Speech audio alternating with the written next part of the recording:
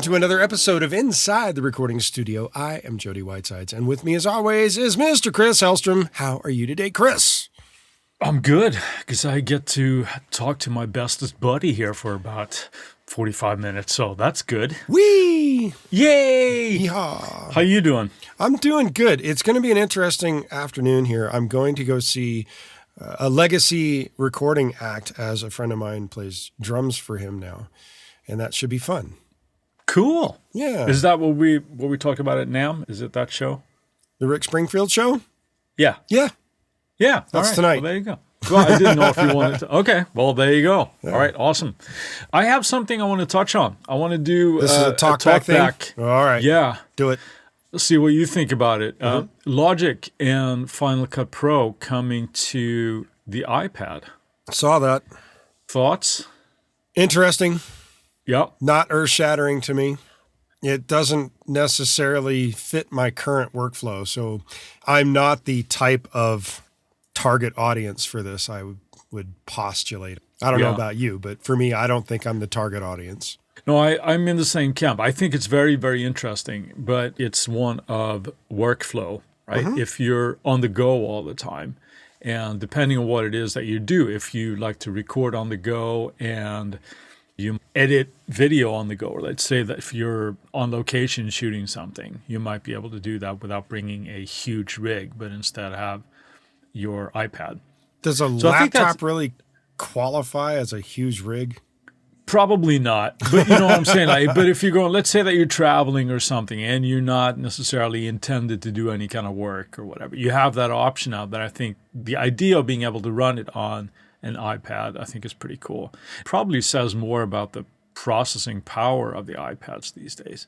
To an extent, it's hard to know until you actually see it. It's just been announced. Yeah. Some people are really excited. Some of them are kind of boo, subscription model. And I think you and I are probably somewhere in the middle, as they say in the middle. Yep. Yeah, as they say in Spinal Tap, right? Fire and ice, and we're somewhere in the middle, like lukewarm water. Right? So it's kind of cool, anyway. I think I know. Yeah, like I said, it's interesting for whatever target audience that they're targeting. Obviously, it's a cool concept. To me, it's not where my head goes when I'm creating, mixing, recording, etc. It's just not where my head goes. Yeah. And I think part of that has to do with my workflow, as you mentioned, yours. Power is the name of my game. And I have lots of processing power outside the actual computer itself to deal with the extravagant nature of what I do with a mix. You mean with the Apollos? Yeah. And all that processing. Thus, it doesn't really strike me as something that I need. Yeah, and I've already said it, so that's enough. I've said that about a lot of things. Mm-hmm. So, I'm just in the position where I find myself sitting in front of a screen most days. Yeah. Most of the time. So I'm probably, again, not the target audience, but I think it's really, really cool for people that are on the go or even as almost like a gateway drug into Logic or Final Cut, right? For people that already have an iPad, but perhaps they don't have a laptop or a desktop even. I could see it useful for co-writers. Sure. You go to somebody's house that doesn't have a great recording setup. You have some sort of interface that will allow you to get your inputs into it. That might work as a writing tool. That's as far as I see it. Yeah. Well, maybe. We'll see. Yeah. I mean, it would be interesting to see how many plugin manufacturers will go on board with that What difference would it make? It's still an AU, isn't it? Is it? I don't think so. I believe I don't think it's the same for the mobile market because they have them for the iPhone as well, but I think it's a different plugin format to run on that. I could be wrong, but I think that's what it is. I think it would be a giant mistake for them to change the plugin format in Logic Pro. No. I'm not saying that they're changing it in Logic Pro. I'm saying for it to run on the iPad. But maybe I'm misinformed about that. Maybe it's just going to run AUs. Yeah, that would make the most sense. I don't know. It's those crafty engineers at Apple, right? Now, of course, if you're not a Logic or a Final Cut user, you probably could care less. So Yeah, I guess exactly. we'll move on to today's topic, which comes from a listener request. Our listener, Derek, had a question about when he should upgrade his interface Yes, in sir. his studio. We're going to give some pointers that can be of help or assistance or somebody that's just in the same boat. Because I just had a discussion with somebody the other week. A co-writer and colleague asked me, I want to upgrade my interface. And then my first question is, well, what do you have right now? It turns out that it was an Apollo. So then my next question is, well, why do you want to upgrade? So, so there's a lot of questions I think people get into their head that I just want to update. What would be like the first thing that you would ask somebody if they're posing the question, what should I get? Or I want to step back for a second. What was his answer when he said Apollo? This person told me that they had an Apollo interface. Right. My statement that, well, why do you want to upgrade? Yeah. What is it that you're hoping to get? Mm-hmm. And it sort of put them at ease a little bit and went like, okay, well, maybe I don't have to. Because I think it's a psychological thing that there's always something better around the corner, which a lot of times there is, but the difference might not be as big as we imagine that it would be. Truth. You know? Yeah. So I throw it right back at you. What's the first question that you tend to think about when somebody talks about upgrading their interface? The question is, what are they currently using and what do they hope to achieve? Mm-hmm. Those would be the two questions. Yeah. So the first thing for me is always like, well, how old is your interface? Because today, so many interfaces are, even on the budget level, I would say they're quite good. You know, as far as like converters and things, where 20 years ago, that was probably not the case, right? Truth. So when I had, for example, my Delta 1010. I had one of those too. We all had one at one point, right? And that was, I felt that it was great. It certainly did the job that I needed it to do and more. Yeah. But comparatively, it looked really cool. It was like a full rack unit and had all the ins and outs. And I think it was made of metal. It was silver colored, just like the G4 computers of the day. Or even, no, G5s, G4s. It came around the G4, G5 era. So the G4 was silver in color but plastic, and then the G5 came out and it was made of metal. And the 1010 was made of metal. And this is a PCIe card, or just a PCI card at that point. It wasn't even PCIe, but it was a PCI card that had to go into the computer. What I was going to get to is even a budget interface today probably has better converters than that had. And it wasn't like super expensive, but it was still $600 or $700 unit type of thing. I don't recall. And it packed a decent punch. But the bottom line is like today, I think interfaces are so good. Now, with the age of interfaces, what we can run into though is, I just mentioned the PCI cards. Mm-hmm. Well, you need extra housing for that today, right? So if you're updating your machine, depending on the computer, it's not always true. But depending on the computer. Because if you're thinking Mac, which is probably what's running through your head, yes, you will actually need housing to do that. A lot of PCs are still housed in a typical tower that have PCI slots. So that's a whole different ballgame right there. That's a very valid point. Yes, I'm very snowed into the Mac universe here. So I apologize for everybody that doesn't pertain to. And thinking about that, and you're talking about the connection and connectability. Sure. What was your reason for getting away from the Delta 1010 and what did you go to? It blew up. Yours blew up? Oh, wow. It was an issue. I don't remember exactly, but I think it was a power surge or something. Ouch. And it just went tits up. Couldn't use it anymore. Bummer. Right? What did I get after that? I'm not sure, but I think it might have been the first Duet that I got. Okay. It might have been something in between. I don't recall, but I think that's what it was. Mm-hmm. Yeah, so I got on that train. Then also with those, the first generation of the Duet was FireWire connectivity, right? Mm-hmm. Good luck finding FireWire ports today. Right? So right. That was the reasoning behind me going from a Delta 1010 to another interface. It wasn't that mine blew up. It's that the computer that I moved to changed, and I required a FireWire interface. and I switched off of the Delta 1010 to the Mo2 Mark III, I believe it was. And I had that for a very long time. Yeah, I remember that in your studio in Reseda. You had that right. Yeah. That's something to keep in mind. That would be my first reason to upgrade, where let's say you're updating your machine and it simply won't transfer anymore. Like if you don't have FireWire port, which again on the Mac, they're brutal with that. They just get rid of stuff. Like, nope, not doing this anymore. Believe me, I know. I lost a machine based on a power surge as well. And that's what's crazy is it was protected through a battery backup and surge protection system, and it still went down. The new machine that I ended up getting to replace it didn't have a connection that the Mo2 could use, so I had to get rid of the Mo2 and get something that could actually work, and that's when I switched to Apollo. Yeah, that's always a jarring thing because most of us go through that we're switching or updating our system. It's not an insubstantial amount of money, right? It costs a few bucks to do that. And then we're faced with, oh, man, I got to get a new interface as well. So that would be one reason to upgrade, obviously. Also, again, a little bit of older gear, right? Let's call it legacy gear, shall we? Sure.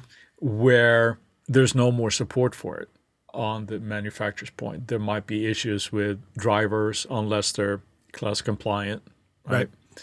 That could be a bummer as well. Sure. Now, it doesn't mean that all interfaces or older interfaces are bad and suffer from these issues.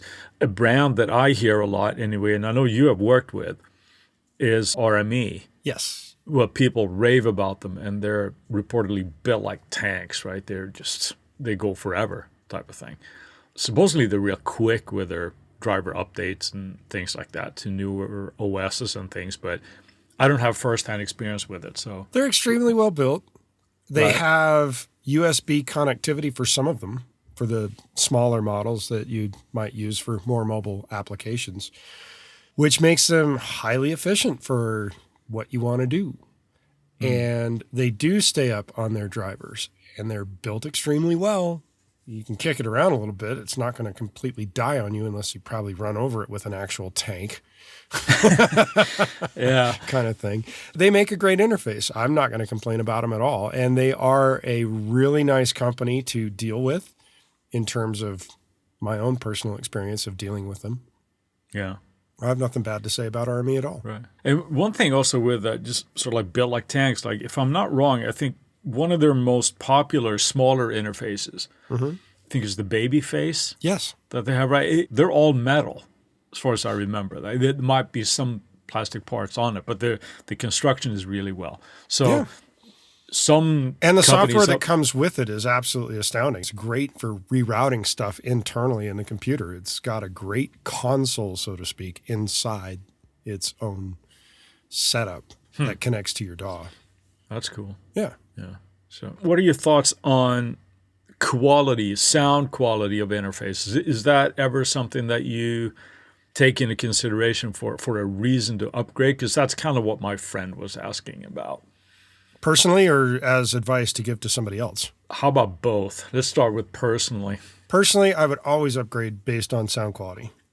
If it's in the budget, do it. That's how I look at it. And I'm on the precipice of actually updating mine. Okay.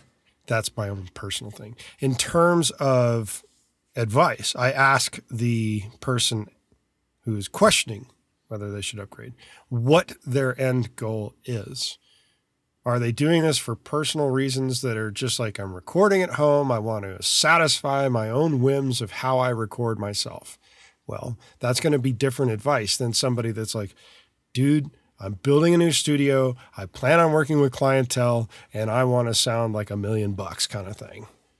Sure. That's entirely different advice. Right. I've done that also with podcaster friends, other podcasts who have podcasts that don't sound so great. So then I gently nudge them by saying, hey, maybe you should consider doing this. Yeah.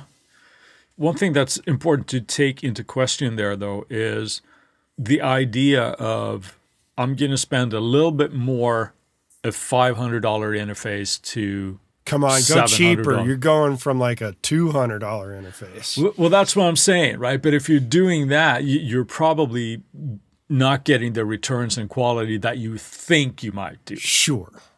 Right? This is true. So, but it is a little bit different if you're going from, let's say, an entry-level interface, which is awesome. If you're starting out, why would you buy the Lynx interface when you're just starting out? Or an Apollo system for that matter. Right. But if you're starting with PreSonus thing, and they're great interfaces for what they do, their build quality is pretty good as well. I'm going to put my hand up on that because I actually used a PreSonus for live audio in performing. That's right. That's right. You had that in your live rig for a while, right? I did. Yeah. Those are great, but let's say that I want to see what else is out there and I want to upgrade. And maybe you go one or two steps up and you get into like an Apollo or something, right? Mm-hmm. And you're going to mention probably that there are differences there as well. But there are. That would be, you might notice a difference there, or if you go on like an Apogee thing or up to that mid-tier sort of thing of interfaces, you might notice it there. But if you go from an Apollo, like my friend was considering, you need to spend an exorbitant amount of money to get to a next level, and the sound quality is probably not going to be what the price tag justifies. It has more to do with other things, I think. Yes, it does. And I think it's also a law of diminishing returns based on what your end goal is. Sure. And I don't know if your friend is trying to work with clients and become like a, Grammy-winning this was very much a home studio kind of environment. And at that point, you really don't need to be dropping $10,000 on an interface. Right. Yeah, exactly. And speaking of upgrades, let's take a word from our sponsors. And we're back. What is a more concrete reason other than your end goal? What would you name first?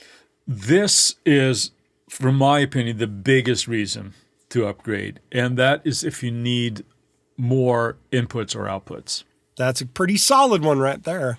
Right. Let's say, for example, that you've started and you've worked with 2 in, 2 out, or 2 in, 4 out, whatever, like a smaller thing, which works awesome if you're generally just recording one instrument at a time. Yep. Or that's great. But now you got a bigger room and you want to start tracking drums, right? Or a whole band for that matter. Anything that requires more than 2, right? That's the obvious reason, I think. So do you need more ins and out? Maybe you're going to start mixing in like surround or Atmos or something. Yes. Right? You need more outputs than you have available. That's the biggest thing. And I think at that point, it's also probably the best time you're going to spend a little bit more because obviously it's going to cost you more for a larger interface with more functionality. So, agreed. Now, some of the budget interfaces, if you're not as worried about the audio quality, so to speak, as there are some differences as you go higher up the pricing ladder, have ADAT or TOS link, as it's sometimes called, built into the interface, which means you can just buy an expansion chassis and the software and the interface that's on a more budget level can deal with the extra inputs. Yeah, that's a good one too. I mean, you're basically just expanding the ins and outs via ADAT. Yes. Yeah, so the expansion there, I think, is a good option if you indeed have ADAT connectivity on your interface, because not all smaller interfaces will have that. Some do, but not all. That's a great way to do that as well, if you're happy with your current interface. Yep. Another thing that we hear a lot about these days and for the last few years is, of course, like Dante. Yes. Right, that protocol. That is high-end audio moving across a network, though, generally speaking. Yeah, it goes to the Ethernet, which, as most buildings are wired for. So you have that protocol. And that looks really, really cool. We checked that out a little bit at NAMM. Well, RME has that pretty much built into everything they do. Well, there you go. Both Dante then and ADAT, or any kind of like expansion chassis kind of protocol, is good for that as well. Another thing is also, we're mentioning Dante and things here, like if you're wanting sort of added functionality. So let's say that you have an 8 in, 8 out interface, like much like the Mo2 that you had, right? Yes. but you still need more. You want to be able to do Neil Peart's fucking drum kit, right? Individually miking every drum too. Right, and as well as like doing bounds, or you just require larger sessions. Adding those expansions are good to expand on that as well, even if you have 8, but going on to 24 or whatever you might require. You are an avid, I'm going to call you an avid UA user. Yes. So there's the onboard DSP. There is. As well. Now, when you upgraded from the Motu to the Apollo, now we're going back a few years, obviously, so processors in machines were not as powerful at the time. Would you consider upgrading just for like sort of onboard DSP? Would that be sort of like a selling point for you? Yes. Yeah. I know it was at the time. It was definitely at the time. Now it's kind of goes hand in hand, so it doesn't matter quite so much. However, their entire product line is not available in Spark. And there's still several, if not more than several, of their plugins that I use that require the DSP that is on board of the Apollos that I have, and the satellite as well. I have just straight up processing as well. Right. From my perspective, UA was, I mean, if you don't count like DigiDesign and just the processing that they needed on their chips initially, UA was sort of like the first to have that sort of ecosystem. In order for them to run their powerful plugins, they had their onboard chips, right? So I think they're doing it. I think they're doing it really, really well. Yeah. But I think it's also a testament to times like where they're going native as well. So that and it's seamless. I'll say that. Yeah. Right. Buying it just for onboard processing is probably less of an issue today, but still, I've told you and I've probably told others as well, if you're just getting a new interface and you're not planning on using DSP, the Apollos are still a great option, even if you just think of it as an interface. Because they're great interfaces, right? But if you're looking for DSP, maybe that's a selling point. I know Apogee are doing it now. No offense to that, but I'm not into it. But that's just me. I'm sure other people are looking for that kind of functionality, but that's also something to consider if you're going to upgrade, I guess. You briefly asked me about it a moment ago, and I didn't really say much about it. There is a slight audio quality difference between the different releases or eras of the Apollo. The original one was the Silverface, and they still sound great. Then came the 8P series or Blackface thing, and they sounded ever so slightly better. And there was a company that was doing modifications for that would actually modify that interface to make it sound even better. Blackfoot, I think it was called. They might still be doing it. Now with the UA setup, your higher end Apollos are the X8Ps or the X8s or the X series. And they sound ever so slightly better than the non-X series Blackface interface. Generally speaking, where most people tend to hear this difference is in the low end. I recently read an article as well as somebody was reviewing the difference between like a $150 interface and a $10,000 interface. They were shocked that the difference wasn't just so astronomical that it was obvious, but they also stated that the difference that they heard was mostly in the low end. And maybe that's where the bigger problems is now with D to A and A to D converters is the low end. Because high end is no longer the issue like it was with ADATs, where everything above 15K was gone. It's just bye-bye. And now most of those have that. It's various mathematical and clocking type things that occur on this stuff. The huge difference isn't as drastic as most people would expect, but it's those little bits and bounds that happen as you climb up the ladder of cost where you're going to get improvements down the line. Yeah. And then it's, of course, if you're running a studio, you have to make that decision of that diminishing return. Is that worth it to my clients or the quality that I can put out of my studio? And is anybody even going to hear it? Well, of course it'll be hearable. Whether anybody notices it is an entirely different thing. That comes down to doing blind listening tests. And, hey, can you tell a difference in this? And I still have to contact a particular company about that because we had that discussion with Mike Green at NAMM about the difference from one DAW to another. That everybody heard. Oh, yeah. Which was crazy. But we're not talking that DAW. We're talking interfaces here. And that's another one of those elements. It's like that 1 to 2, maybe 3% difference that's going to happen. How many people are really going to notice or care? And that's what all comes And I down think to. those differences as well are, you can hear them. If you're able to hear them, you will hear them only really if you hear like an A-B comparison. Yes. Right? If you're right there. If you hear one recorded or played back through a certain interface, and then the next day hear it from another interface, chances are you're not going to hear that. Or notice it as much, sure. Right. And then is it worth the extra 10 grand? And the answer is always yes. And speaking of extra worthiness, what have we got going on for Friday Finds? Chris, kick it off. Yeah, I discovered a free plugin this week, and it's from a company called Soundly.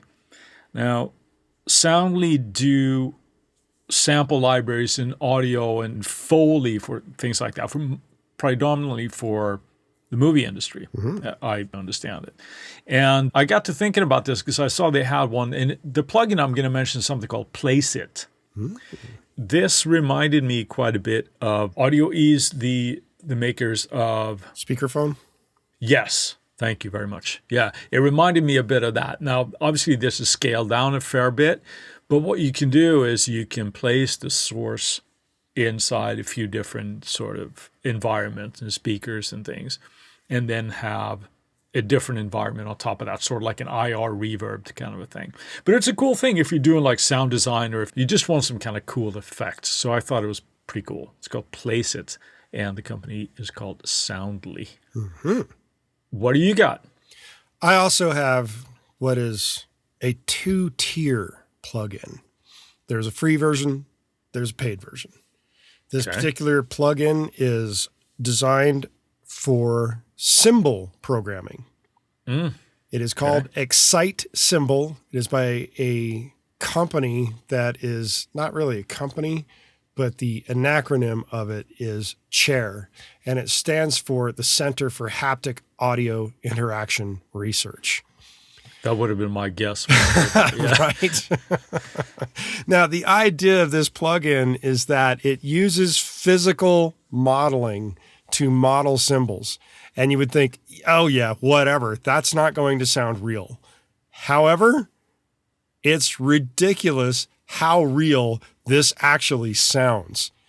And it has the ability to change how hard you're attacking the cymbal, what type of things you're attacking it with, where you're hitting it, how long the delay you want it to be, how you tune it, how you damp it, whether you're using a stick, a mallet, or you're choking it, tagging it on the bell. It's nuts. It's so pretty this is intense. Not sample-based? No, this is all sort of like physical modeling, if you will. Yes. Wow. And it is pretty darn crazy. I thought to myself, this just can't be any good. And then I listened to it. I downloaded it. I'm like, holy cow. I want to replace programmed cymbals with this stuff because it just sounds so realistic. It's incredible. So it is called the Excite Cymbal plugin. It is by CHAIR, the Center for Haptic Audio Interaction Research. Cool. While we've got your attention, we ask that you go to InsideTheRecordingStudio.com and sign up for our mailing list. You will need to be on our email list to be eligible for any future giveaways, and we'll make sure that you don't miss any future episodes of this incredible podcast. Send us an email at goldstar, GOLDSTAR, at Inside the Recording Studio with the word upgrades, and you'll get something cool back in your inbox. And you can always throw us a suggestion to talk about in a future episode, kind of like today's episode with Derek. Contact us at the contact page. Throw us that suggestion. We'll put it into consideration for a future episode. With that, I'll say see you next week. Thanks for listening, everybody. Have a good one, Jody.